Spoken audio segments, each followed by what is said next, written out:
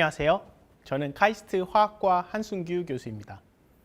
오늘은 여러분께 리서치 100% 성공하는 비법이라는 약간은 어떻게 보면 자극적인 제목의 이제 그런 강연을 하려고 합니다. 근데 이제 나중에 듣다 보시면은 이게 자극적이었던 게 왜 말이 되는구나, 왜 합리적인 거구나, 이게 말도 안 되는 건 아니구나라는 것을 아시게 될 겁니다.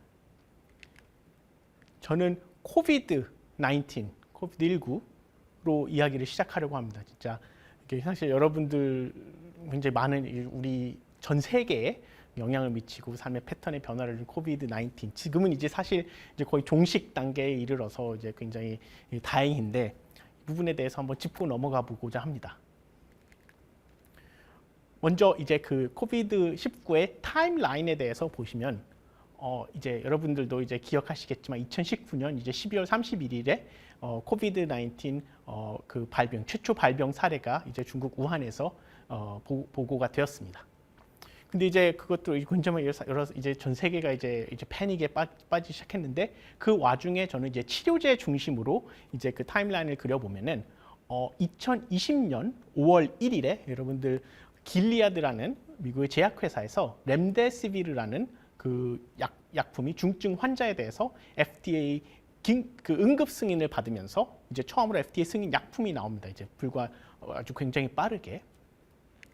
근데 이제 사스코비드2라는 바이러스 때문에 이제 코비드-19이라는 병이 발병하는 건데 이제 처음에 이 코비드-19이 나오면서 그럼 사스코비드2라는 그 바이러스, 코로나 바이러스를 어떻게 그 어떤 생애 주기 중에서 각각의 그 단계를 이제 저해하거나 막거나 하면 이게 그 치료를 할 수 있는 건데 이제 처음으로 뭐 세포 유입 단계를 막을 거냐 아니면 뭐 그 RNA 그 바이러스의 복제 단계를 막을 거냐 하는 등 이제 다양한 초기 이제 가설들이 나왔습니다.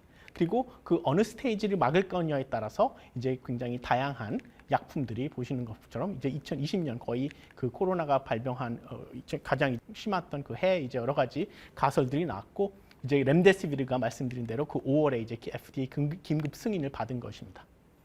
그 FDA 렘데시비르는 보시면은 이와 같은 이제 주사제로 투여하는 물질이었고 약품이었고요.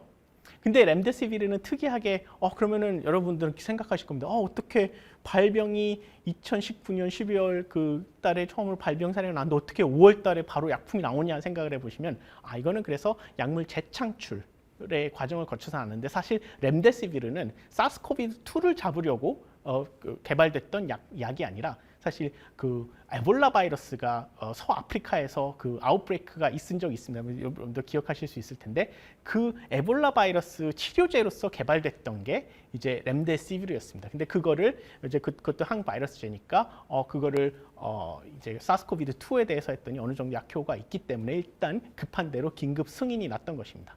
근데 그 에볼라 바이러스 그 치료제 그 길리아드에서 그 의학화학 팀을 이끌었던 것이 더스틴 시겔이었습니다. 그래서 더스틴 시겔의 모습이 여기 있고 그 더스틴 시겔 그럼 왜 더스틴 시겔이 나오냐? 그럼 더스틴 시겔이 2017년에 이제 찍은 사진 중에 이제 저와 함께 찍은 사진이 있습니다. 그 렘데시비르를 개발했던 사람이 왜 저와 같이 있는 게 이게 무슨 일이죠? 근데 2017년뿐만 아니라 2010년에도 더스틴 시겔은 저와 함께 있었습니다. 또 무슨 일이지? 이렇게 생각하실 수 있죠. 그래서 더스틴 시겔은 누구였냐면은 사실 저희는 그 대학원 때 같은 연구실에서 일했던 더스틴 저보다 2년 차 앞섰던 선배였고 그러니까 저의 멘토였고 저는 멘티 관계 초반에는 그렇게 했어서 저희가 함께 연구했던 내용이 있죠. 모 모바사키는 저희 지도 교수고 더스틴 시겔이 있고 저 승규환이 있는 저희는 아젤라스타틴 알칼로이드라는 굉장히 높은 항암 효과를 갖고 있는 그 천연물을 같이 전합성하는 그 연구 프로젝트에 같이 참여했던 저의 굉장한 친구이자 선배이기도 하고 한 겁니다. 그 당시 이제 2010년에 아젤라스타틴의 전합성 연구는 저희가 이제 케미컬 사이언스라는 그 학회지에 표지 논문으로 내기도 한 적이 있습니다. 그래서 제가 연구하는 분야가 이게 전합성입니다. 그 당시 이제 아젤라스타틴 A는 굉장히 말씀드렸다시피 굉장히 높은 항암 효과가 있기 때문에 많은 연구실들이 관심을 갖고 있었는데 저희는 이 5메틸 프리아젤라스타틴 A라는 물질을 그 산으로 처리하였더니 아셀이미늄 중간체를 만들고 그랬더니 C4번 위치에 그친 핵체가 친전자체를 공격하여서 이 탄소-탄소 결합, 사실 유기화학에서, 유기합성에서는 탄소-탄소 결합을 어떻게 형성하는가가 굉장히 중요한데 이와 같은 전략으로 아젤라스타틴 A를 합성할 수 있었고 또 약간 그 부산물로 5메틸다이 알피 아젤라스타틴 A를 만들었는데 이거는 뒤에 좀 아젤라스타틴 C의 선구체로 쓰기도 했고 이게 꼭 그래서 부산물만은 아니었습니다. 어쨌든 아젤라스타틴 A를 이렇게 했고 여기서는 이제 한 스텝만 보여드렸는데 굉장히 8스텝, 총 8스텝 만에 21% 총 수율로 99%의 일드로 1.4g이라는 이 천연물을 합성할 수 있었습니다. 보통 이제 천연물 전합성을 하면은 막 눈곱만큼 만들고 뭐 그렇게 해서 성공했다고 하는데 저희는 그 당시 1.4g이라는 굉장히 대용량의 합성 프로세스를 개발한 적이 있습니다. 그리고 그 합성 프로세스를 함께 개발했던 그 더스틴 시겔은 추후 몇 년이 지나서 바로 그 렘데시비르를 개발한 그 주역이 됐던 것입니다. 그래서 이제 제가 연구하는 천연물 전합성이 그러니까 천연물에 존재하는 생체가 합성하는 그런 2차 대사물을 실험실에서 한 땀 한 땀 이렇게 인공적으로 합성하는 학문인데 이거에 대한 약간 오해가 있습니다. 왜냐하면 사실 저 자체도 전합성에 관한 훌륭한 연구 발표를 연구 내용을 발표를 할 때 이와 같이 첫 번째 피겨에서는 보통 그 천연물의 구조에 대한 정보를 이렇게 그려놓습니다. 그 다음은 저희가 retrosynthetic analysis, 그래서 역합성이라는 개념을 씁니다. 그래서 여기는 저희가 목표로 하는 천연물부터 복잡한 것부터 적어놓고 그걸 어떻게 단순화해 나갈 거냐, 그걸 어떻게 역으로 단순화해 나가면서 아주 그러니까 그 시중에서 살 수 있는 그런 물질로부터 복잡한 천연물을 역으로 어떻게 디자인해 나갈 거냐 하는 역합성이라는 개념이 있습니다. 그래서 이 약간 디자인적인 측면이 부각되는 그런 과정이고 이게 보통 그 다음 스킴으로 옵니다. 그리고 이제 그 다음 그 그림부터는 그래서 실질적으로 어떤 그 시중에서 구할 수 있는 그 물질로부터 어떤 반응 조건 하에서 어느 정도의 수율을 통해서 물질을 만들고 더 복잡한 물질을 만들고 결국에는 그 타겟 우리가 목표로 하는 표적 물질, 천연물이 되겠죠. 여기서 그것을 만들 것이냐 하는 식으로 논문은 씁니다. 근데 이런 식으로 논문을 쓰다 보니까 이게 독자 입장에서는 굉장히 오해를 할 수 있습니다. 이게 그 기가 막힌 레트로신테릭 애널리시스, 그리고 기가 막힌 전략이 있으면은 그 합성은 그냥 그 전략대로 초기에 생각했던 전략대로 구현하는 것이 아니냐. 그래서 이와 같은 the planning, 그러니까 스타팅 머티리얼이 있고 이건 역합성이죠. 여기 화살표가 반대로 돼 있는 타겟 몰레큘이 있으면은 그 기가 막힌 여기 번뜩이는 그죠? 이게 번뜩이는 아이디어만 있으면은 그럼 그 물질은 그 번뜩이는 아이디어대로 그냥 구현해서 만들면 되는 것 아니냐라는 생각을 할 수 있습니다.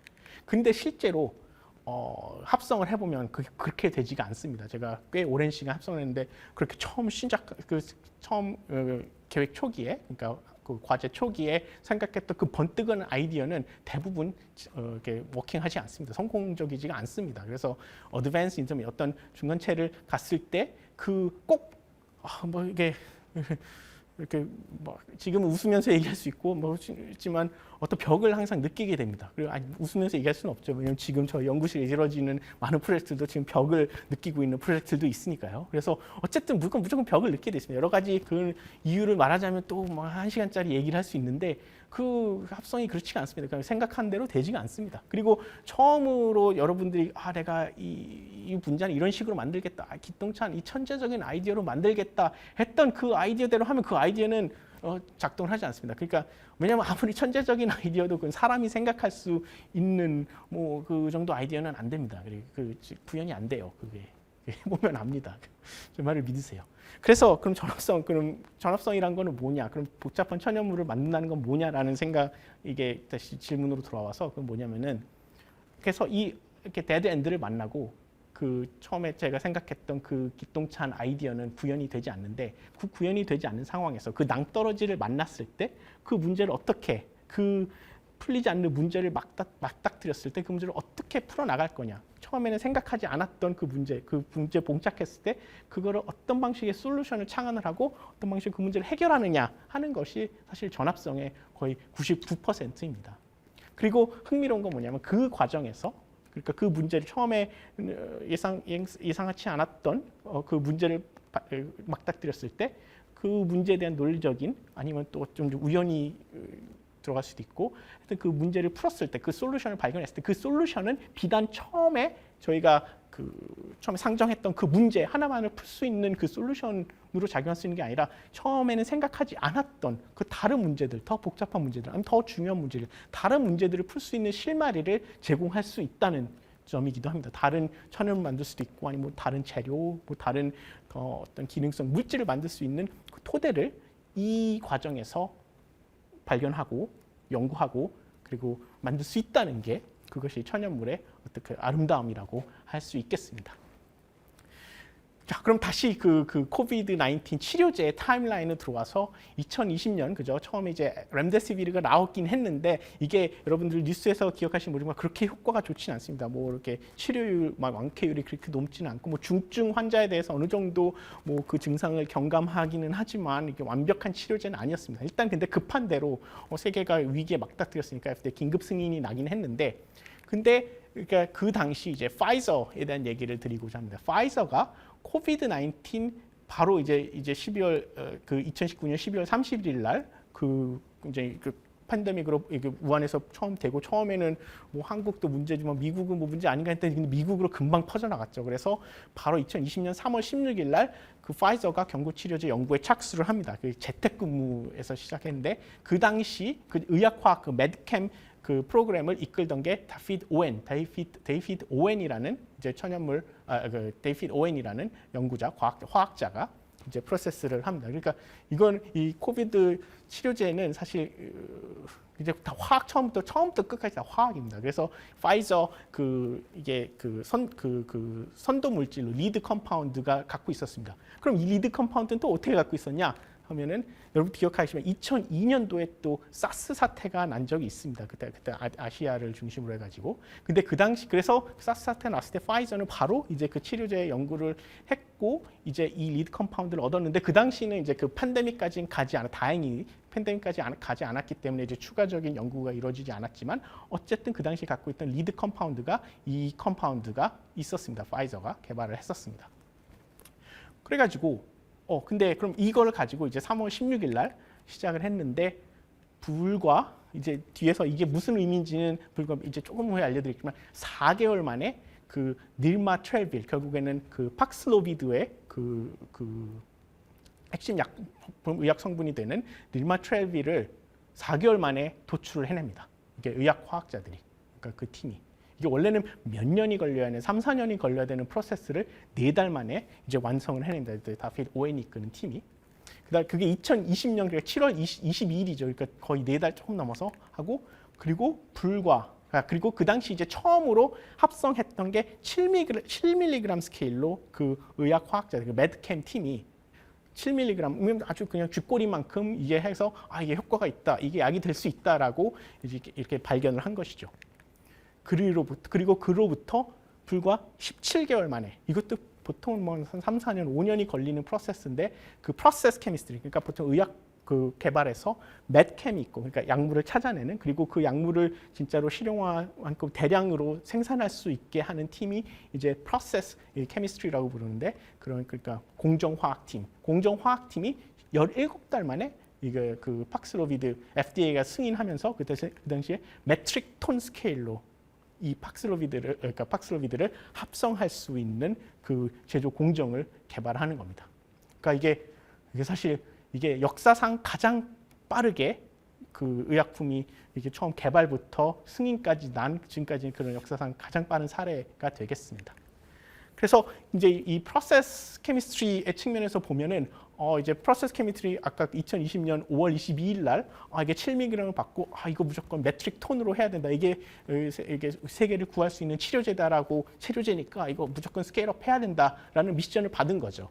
근데 그 당시 이제 처음 이제 프로젝트를 받았을 때 굉장히 많은 5억 명 이상의 케이스가 나오고 600만 명 이상의 사상자가 난 그런 상황에서 이제 그 프로세스 케미스트들은 일단 이게 수많은 100 메트릭 톤 이상의 양을 7mg을 스케일업 해야 된다라는 그런 엄청난 어려운 그런 상황이었고 그 정도로 많이 필요하다는 거고 그리고 기간도 짧지 않다. 이거는 분초를 다루는 문제. 하루도 사람이 계속 죽어나가고 하는 거기 때문에 무조건 빨리 해야 되고 그리고 또 생각해 보면 그 당시 파이저 자체도 거기도 이제 그 팬데믹 상황이기 때문에 뭐 이렇게 여러 가지 연구 활동하는데 제약이 있었을 겁니다. 그러니까 그런 어려운 상황에서 이 프로세스 캠 7mg을 그 메트릭 톤 단위의 그런 대용량 제조를 해야 되는 프로세스를 개발하는 상황에 놓인 것입니다.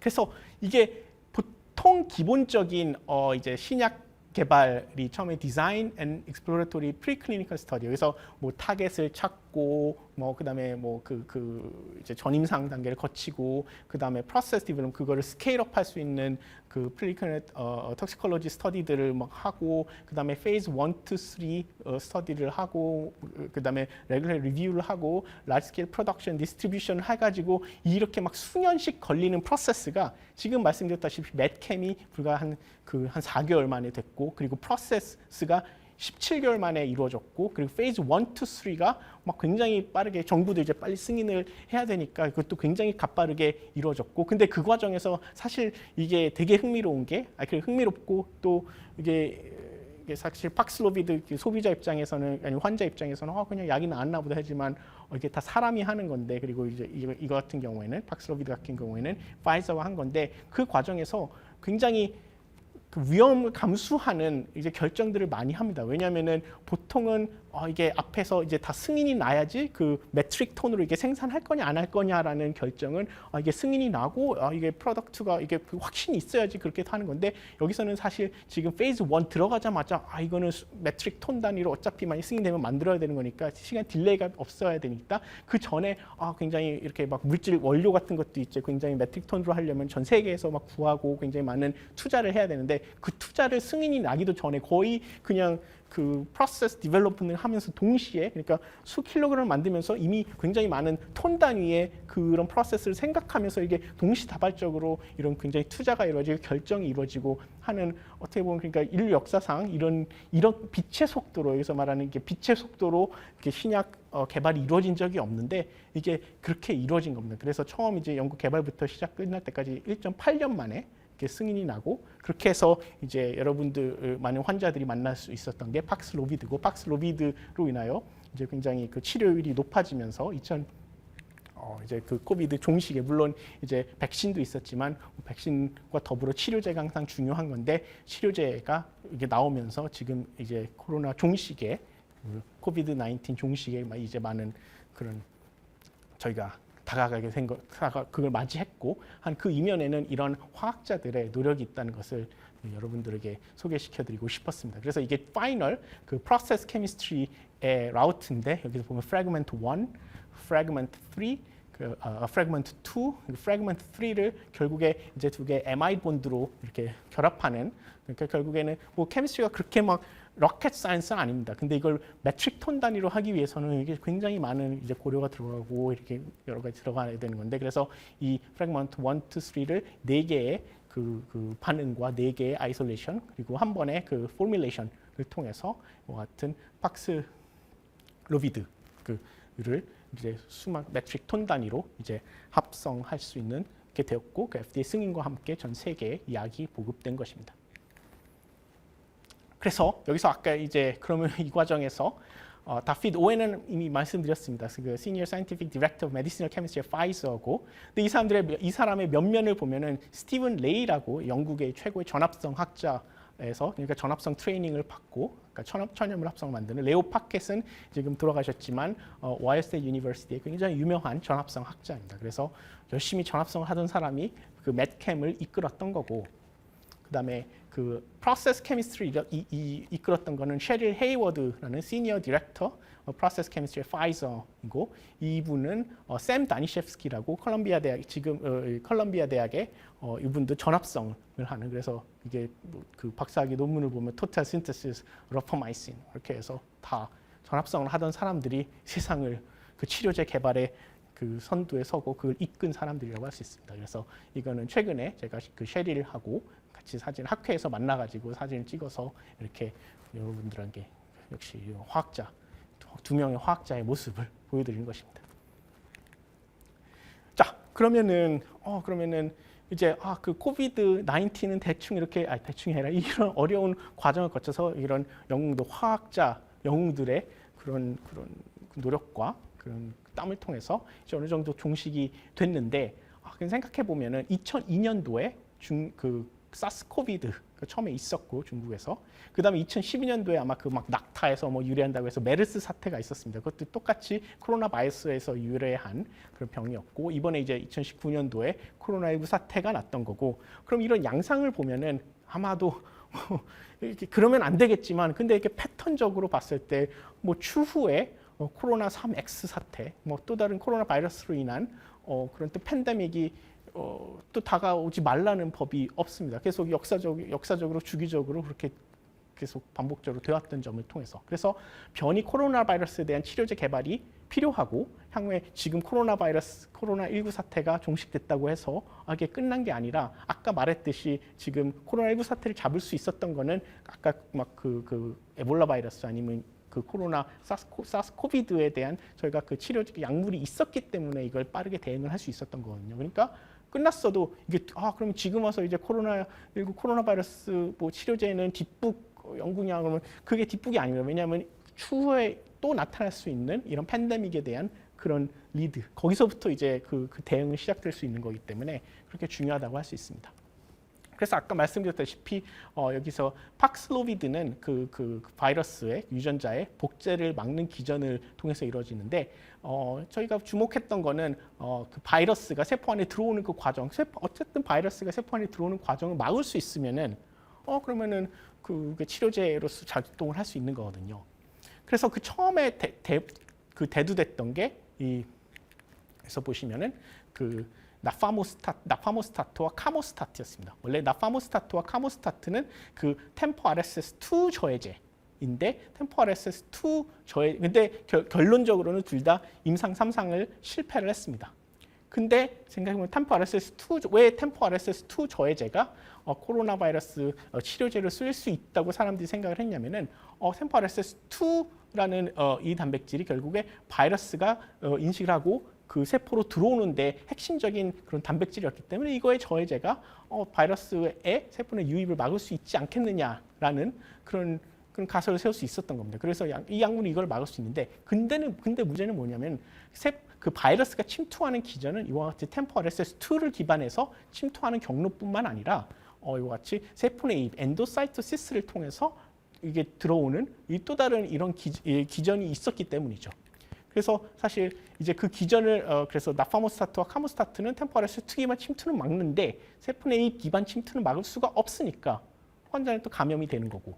근데 이제 그 당시 이제 여러분들 기억하실지 모르겠는데 트럼프 그 당시 미국 대통령이 트럼프였는데 클로로킨과 하이드록시 클로로퀸을 먹으면 된다.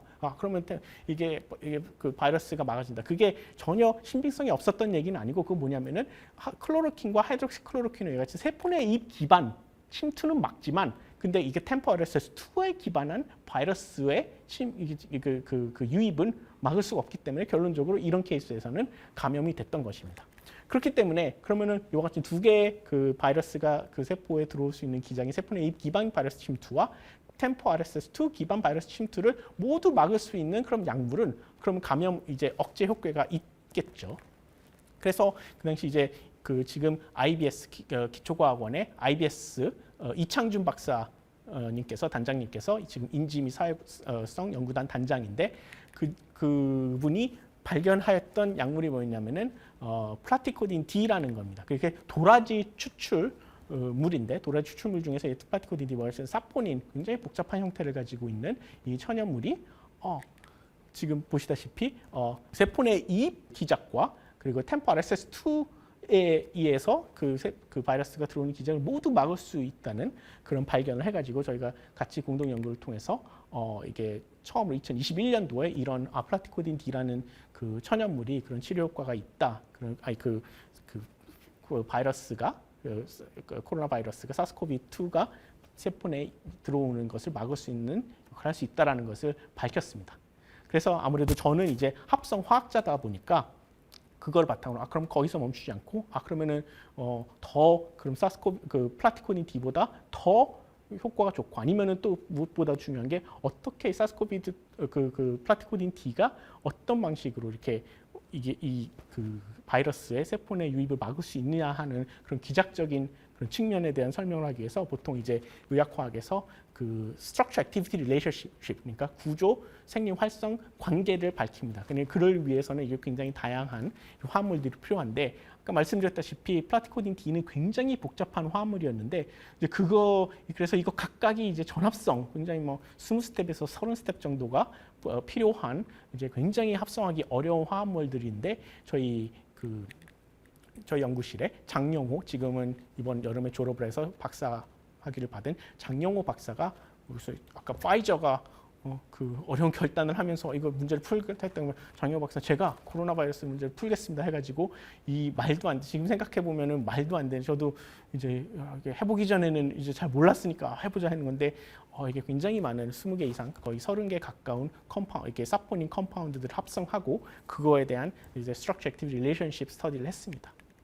그래서 보다시피 여기서 저희가 찾은 화합물 중에 하나는 그러니까 여러 가지 변이 알파, 베타, 감마, 델타, 여기 오미크론 모든 변이에 대해서 아주 잘 그 바이러스의 세포 내 유입을 막고 있다는 것을 알 수 있어. 이런 약물을 도출할 수 있었습니다. 이게 플라티코딘 D보다 한 1.5배에서 2배 정도 더 그 약물 활성도 훨씬 더 포턴트한 그런 약물을 도출할 수 있었고 무엇보다 중요한 게 뭐 16번 위치의 하이드록실 그룹이나 왼쪽 이 당 그리고 오른쪽에 이 아라비노스 람노스로 시작되는 이 당의 개수 4개 이상이 반드시 필요하다라는 이제 그런 중요한 정보를 얻어서 코비드 19을 세포 내 감염을 막을 수 있는 새로운 새로운 약물을 도출할 수 있었습니다.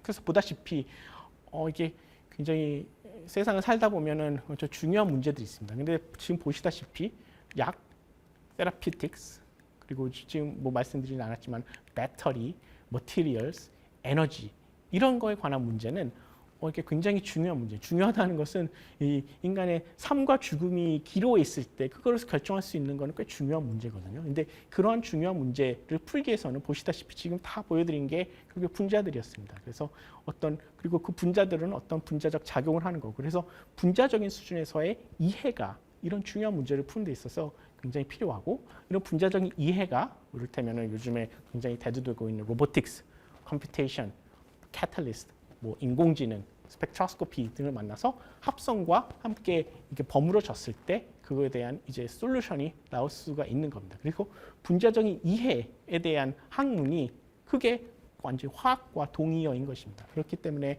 지금 말씀드린 이런 중요한 문제를 푸는 데 있어서 화학이 중요한 이유가 그겁니다. 그리고 분자를 다루고 분자를 이해하고 분자를 합성하고 분자를 창조하는 그런 학문이 화학이기 때문입니다. 자 이제 막 코비드 19 치료제 뭐 이렇게 종식 이런 문제들을 여러분한테 소개를 시켜드렸는데 그래 뭐 근데 그 파이저에 잘한 사람들이니까 그 교수님도 뭐 교수님 잘났어요 뭐 교수님 잘났어요 뭐 근데 그래 뭐 근데 그래서 과학을 하다 보면 항상 새로운 생각을 가져야 된다.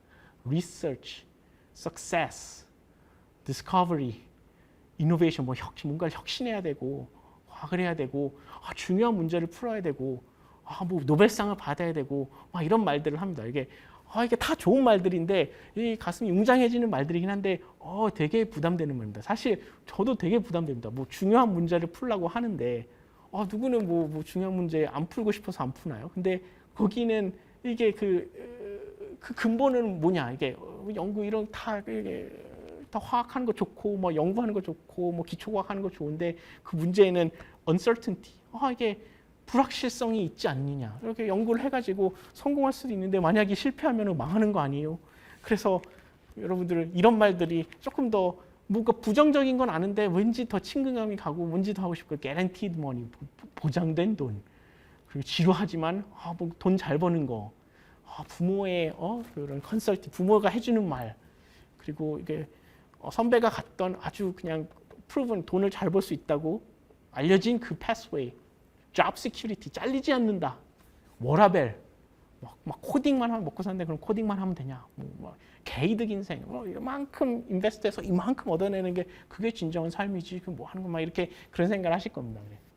그러면서 또 여러분들이 또 그게 좋다고 생각하는 뭐 실질적으로 합리적으로 생각했을 때 좋다고 생각하는 이유 중에 하나는 연구는 로또다. 연구가 잘 돼가지고 항상 연구가 대박이 나면은 나도 하겠는데 연구는 여기서 보면 연구 결과가 안 나오면 개폭망하는 거 아니냐. 저 인생을 책임져 주시나요? 뭐 이렇게 중요한 문제 뭐 이렇게 세상을 바꿀 수 있는 문제를 제가 풀고자 하는데 그게 제 마음대로 이게 어렵잖아요. 어려운 뭐 맨날 성공률도 낮은 거 아닌가요? 막 이렇게 그 걱정.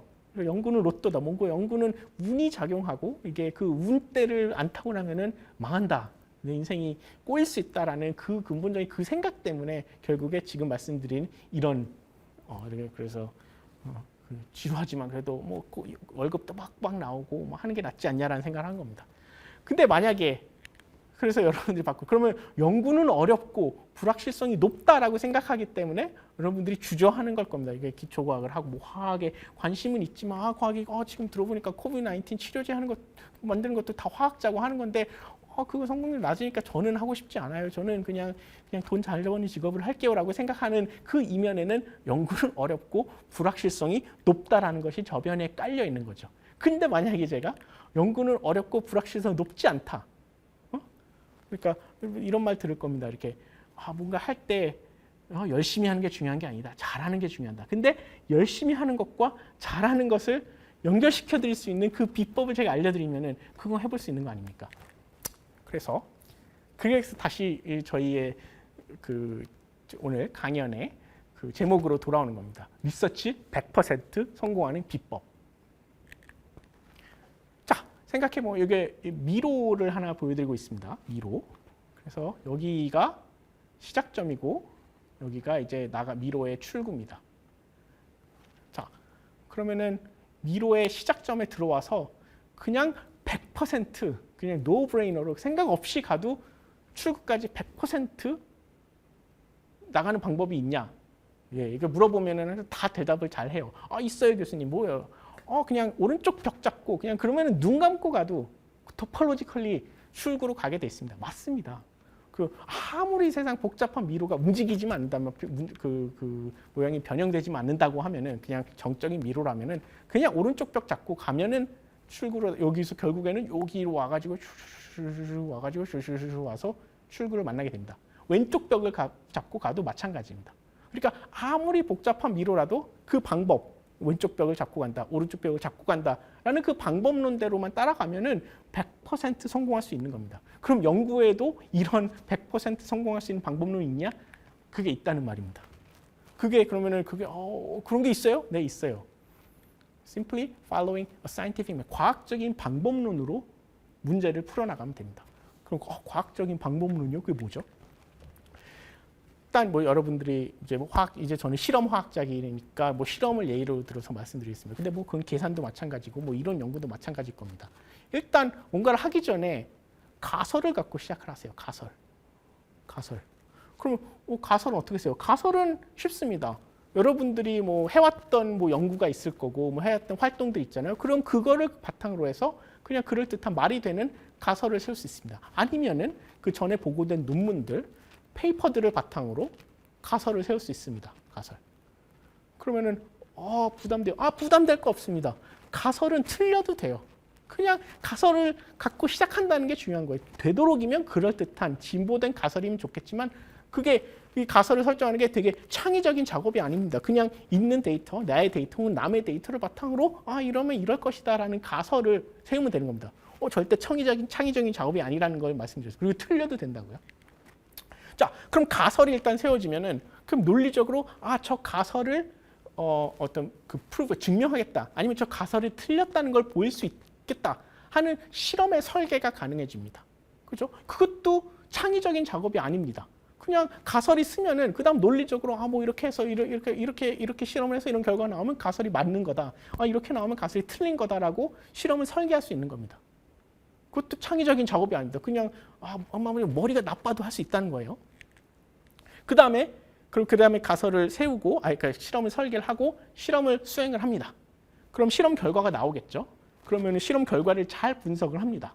그러면 답은 둘 중에 한 경우밖에 없습니다. 첫 번째 케이스는 뭐냐?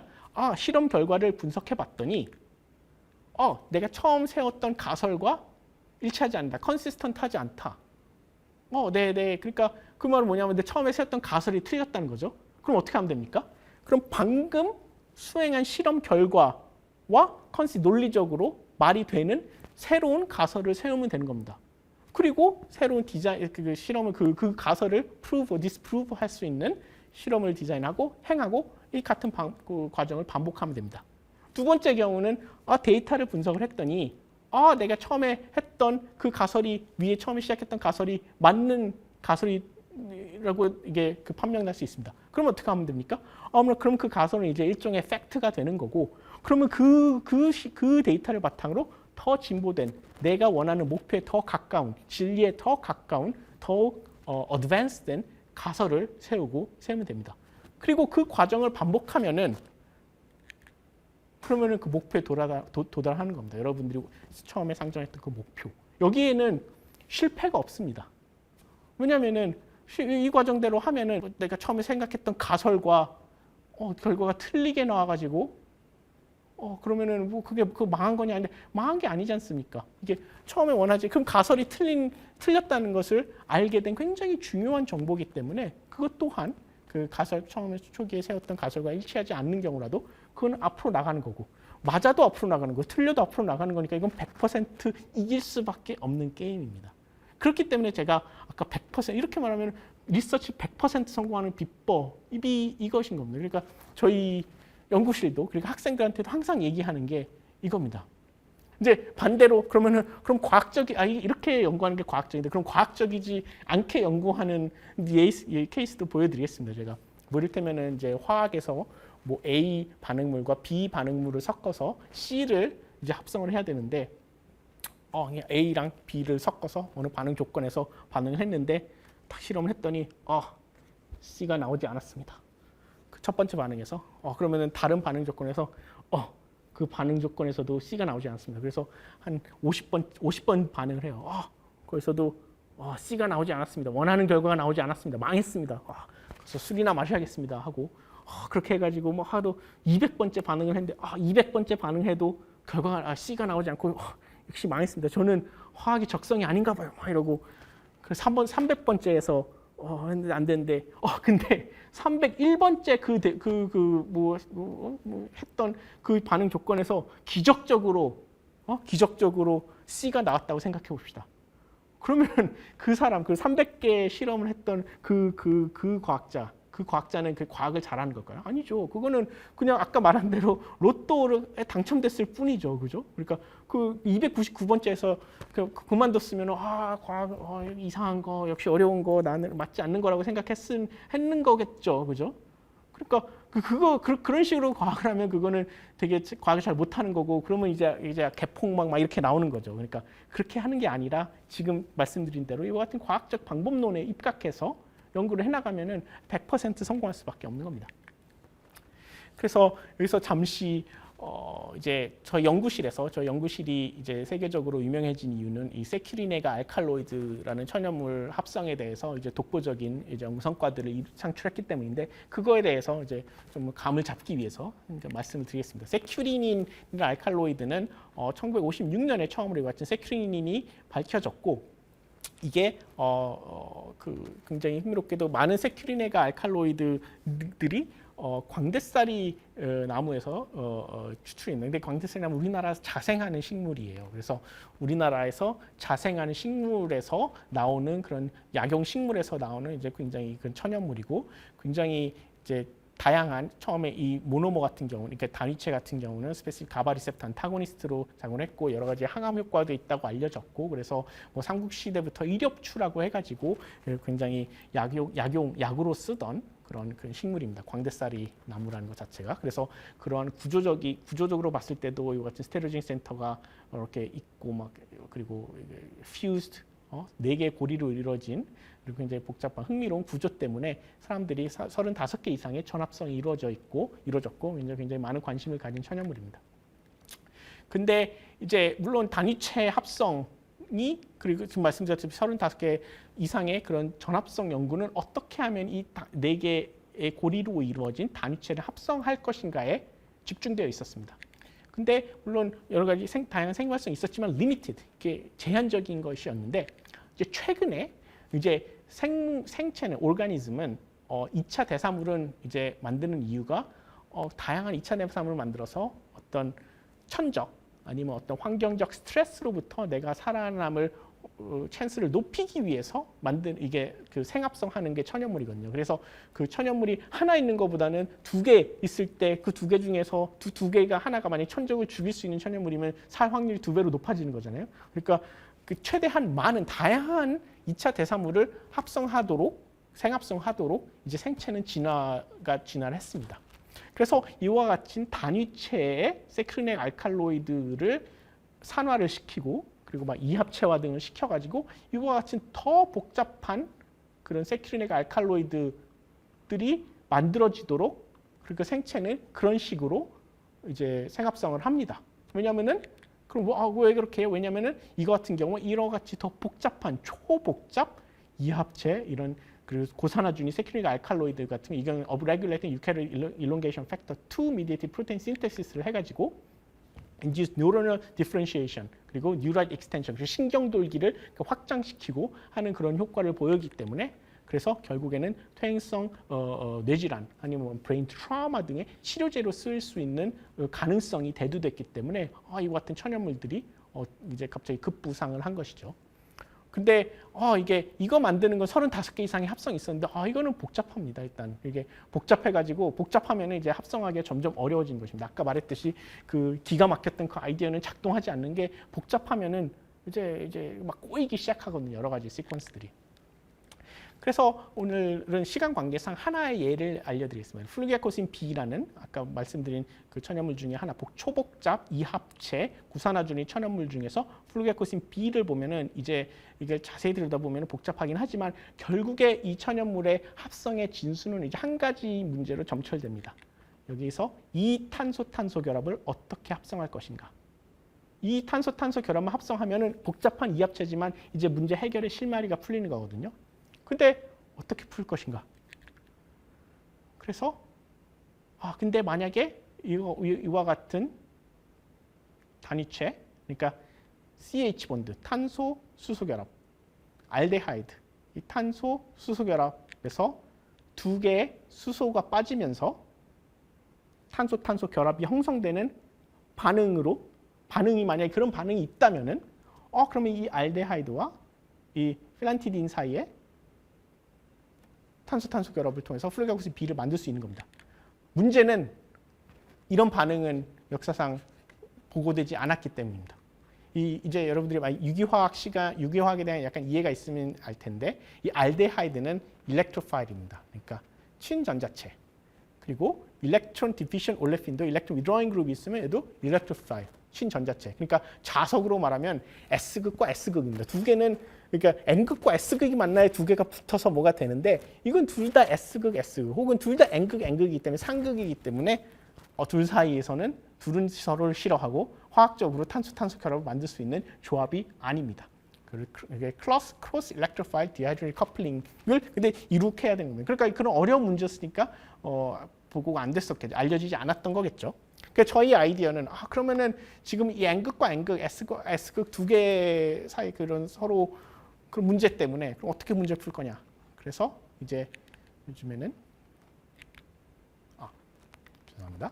그래서 첫 번째 솔루션은 이제 2022년도 최근에 이제 굉장히 유기화 합성에서 많이 되고 있는 것이 라디컬 케미스트입니다. 라디컬. 그래서 만약에 여기서 이 H 닷 그러니까 수소 원자 하나만 빼낼 수 있으면은 이와 같은 에이실 라디칼이 되는데 이 에이실 라디칼은 이제 뉴클로필릭한 라디칼이 되기 때문에 이제는 그러면 일렉트론 디피션트한 올레핀과 짝꿍이 맞게 됩니다. 이건 마이너스고 여기 플러스니까 마이너스 플러스 해가지고 이와 같은 탄소-탄소 결합이 형성될 수 있는 것입니다. 근데 문제는 이 에이실 라디칼의 리덕스 포텐셜은 0.2V고 이렇게 해서 생성물의 리덕스 포텐셜이 1.5V라서 이 에이실 라디칼이 훨씬 더 산화가 잘 되는 성질을 갖고 있는 겁니다. 그런데 만약에 이 반응 용기 안에, 반응 리액션 믹스처 안에 어떤 산화적인 조건, 액티브 옥시다이징 스피시스가 있으면은 얘가 먼저 이렇게 반응하는 것이 아니라 이렇게 반응해가지고 얘가 산화돼 버릴 수 있는 그런 부반응의 가능성이 있었습니다. 저희도 그걸 인지하고 있었고. 그럼 이 문제를 풀 수 있는 방법은 뭐냐?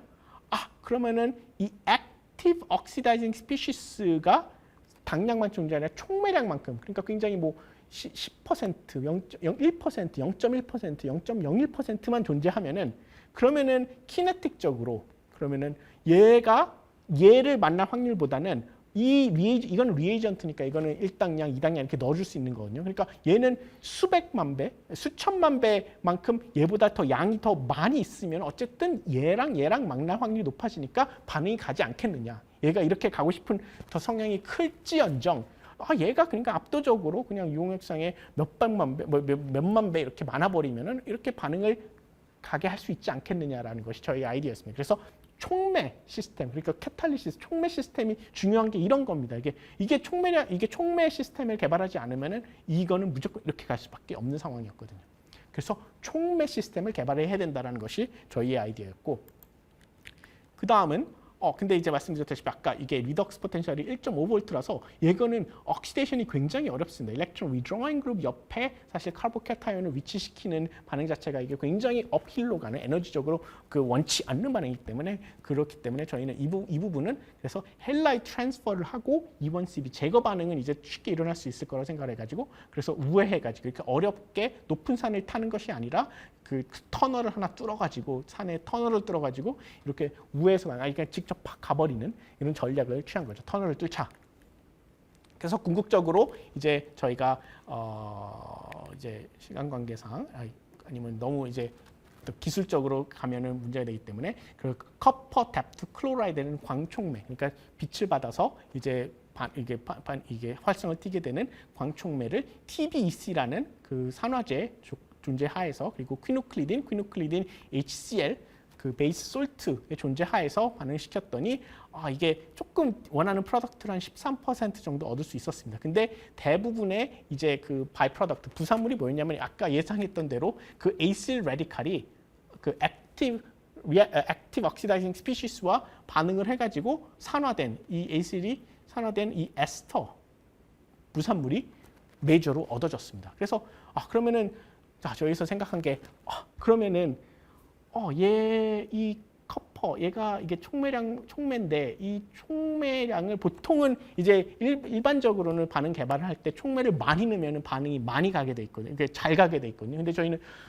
얘를 오히려 적게 넣어야지 이 원치 않는 반응이 적어지고 원하는 반응이 많아질 거다라는 가설을 세웠고 실제로 0.1몰%, 0.05%로 줄여가면서 저희가 원하는 프로덕트 A의 그 합성이 더 효율적으로 이루어진다는 어떻게 보면 카운터 인투이티브한데 그러니까 그 직관에는 반하는 그런 건데 그러니까 촉매를 적게 넣을수록 더 반응이 잘 간다 하는 거. 근데 또 논리적으로 생각해 보면 말이 되는 이제 그런 결과였고 그 빛, 촉매 등이 반드시 필요하다. 본 반응이 효과적으로 가는데라는 것을 대조 실험군을 통해서 밝혔습니다. 그래서 이 반응의 반응 기작 메커니즘을 간단히 살펴보면 커퍼 1 뎁트 클로라이드가 이렇게 빛에 의해서 들떠가지고 이제 굉장히 이제 강한 리덕턴트가 될 수 있습니다. 그 환원제로 작용할 수 있고 그래서 산화제를 환원시키면서 오본드를 끊고 TB톡시 레디칼을 형성하고 TB톡시 레디칼은 같은 알데하이드로부터 하이드로젠 아톰 앱스트랙션을 단행을 하고 그렇게 해서 생성된 에이실 레디칼은 그 Z제 컨주게이트 에디션 짝꿍이 맞는다고 했죠. 이거는 마이너스고 N 플러스니까 그렇게 해서 키가 되는 탄소 결합을 형성을 하고 그다음에 아까 말씀드린 헬라이트 트랜스퍼 얘를 직접 옥시다이션 시키는 건 어려우니까 헬라이트 트랜스퍼를 통해서 베타 클로로 키톤을 만들고 그다음에 퀴노클리딘 솔트에 의해서 이게 그 알콕시 리간드 익스체인지가 일어나서 다시 촉매 시스템이 돈다는 것은 촉매가 다시 촉매로 돌아와야 되는 거거든요. 이게 시스템에서. 그래서 촉매가 다시 돌아가고 얘는 다시 사이클을 돌 수 있고 그리고 퀴노클리딘은 아까 말한 2,1-CB 반응 기작을 통한 제거 반응을 통해서 이와 같은 그 CDC 크로스 디하이드로젠 커플링 결론적으로는 이게 복잡한 과정을 거쳐서 저희가 결국 이뤄낸 게 뭐냐면 아까 말했듯이 알데하이드와 전자 부족 알켄 사이에 그 수소를 꺼내면서 이제 탄소 결합을 형성할 수 있는 반응을 개발한 것입니다. 그래서 아까 말씀드렸을 때 그 반응 개발은 좋은데 이렇게 말씀드린 천연물 합성해서 이렇게 필란티딘 굉장히 복잡한 이 커플링 파트너 사이에서는 이제 반응이 이제 가기 어려운 거거든요. 이것도 이제 알기 쉽게 예를 말씀을 드리자면은 이제 요만한 공 두 개가 이렇게 만나서 이제 사실 반응이 분자가 만나서 반응이 간다는 거는 어쨌든 만나야 되는 겁니다. 그 솔루션 그 리액션 미디어에서 이게 그리고 특히 이 공에서 그 반응이 이루어지는 그 작용기가 서로 만나야지 이제 반응이 일어나는 건데 이 작용 이렇게 그냥 공에서 뭐 공과 그 비슷한 사이즈의 작용기가 만나는 거랑 이를테면은 지구만한 어떤 큰 작용기 있고 거기에 어떤 공이 하나 있고 저기는 뭐 화성에서의 그 공이 있고 그럼 화성과 지구 사이의 그 작용기 사이가 만날 확률은 굉장히 더 어려워지는 거잖아요. 그러니까 확률적으로. 그렇기 때문에 분자가 작을 때 두 개가 만나서 반응이 갈 확률과 큰 분자의 특정 작용기가 서로 이게 만나서 반응할 확률은 큰 분자가 무조건 더 어려운 겁니다. 그 이유 때문에. 그래서 이 반응을 개발했더라도 실제 이 시스템에 우리가 원하는 이 초복잡한 시스템에서 이 반응이 갈지에 대해서는 이제 걱정을 했는데 다행스럽게도 30% 일드, 30% 일드가 뭐 그렇게 막 높은 일드, 막 90% 일드는 아니지만 이 탄소 결합 형성의 그 난이도를 봤을 때는 이제 엄청난 저희가 그 정도면 만족을 했고 그래서 이게 저희가 이 연구 결과를 그 작년에 보고할 수 있었습니다.